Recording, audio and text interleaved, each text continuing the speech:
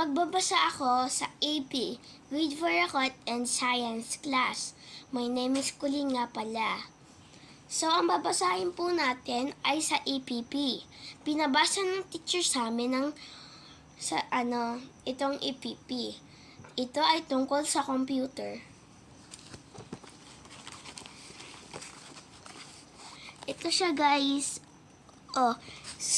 Yung mga kaklase kong napapanood, wag mong kakalimutan na basahin ito o bagsak ka sa test. Today nga pala, July 2. So, 2025, July 2, 2025. So, let's go and read now.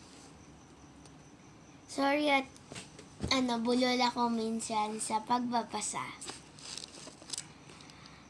Natatalakay ang wastong posisyon, layo at oras sa paggamit ng computer at iba pang computing device.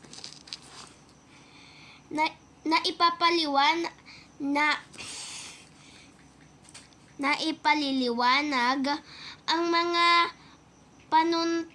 panuntunan ng pagkaligtasan sa paggamit ng internet. Pagkatapos ng aralin, ikaw ay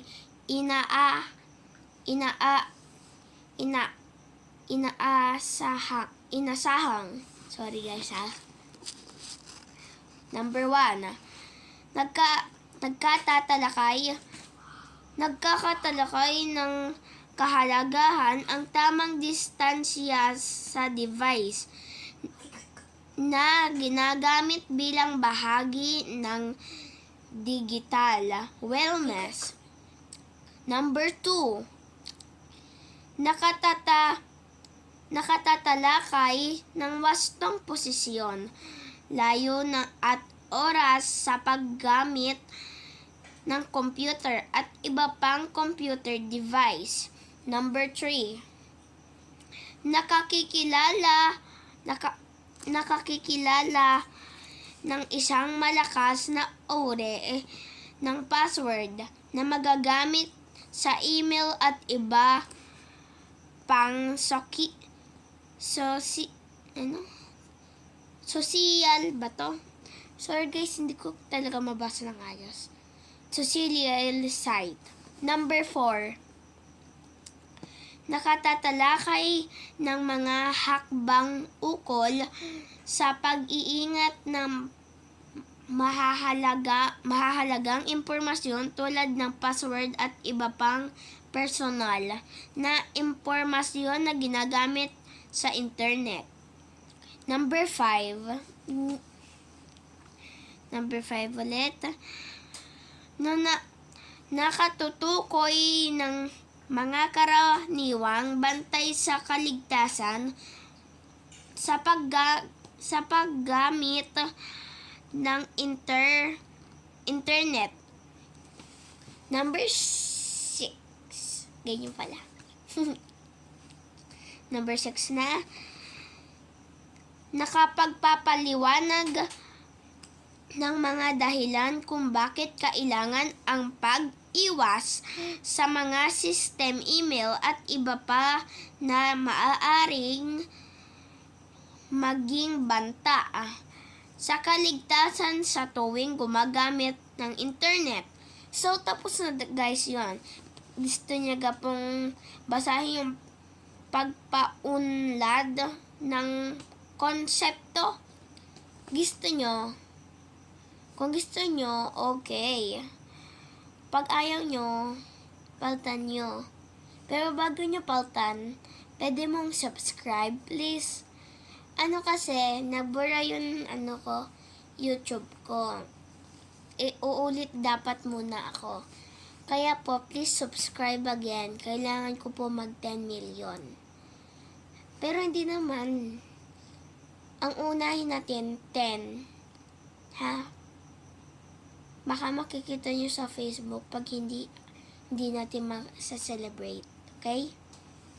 So, kahulugan ng digital ng SIPTEM HIP. Sana teacher pinapanood mo to sa EPP. Ang digital citizenship ay tumutukoy sa kakayahan ng isang tao na gamitin ang makabugong teknolohiya sa ligtas ng responsableng pamamaraan. Ito rin ay tumutukoy sa kakayahan ng mga tao na makisalamuha sa iba pang gumagamit ng digital space ng mga respeto at paggalang. Ang digital space naman ay tinatawag ding virtual environment. Ito po ay ang hiyang ginagamit upang tukuyin ang lugar kung saan nagaganap. So, yung pag nag-grade 4 sa science class, kung gusto nyo din itong basahin, panoodin nyo tong video. At itong page na to ay 16. Sa susunod ko po babasahin yung 116. Next, bye-bye. And sa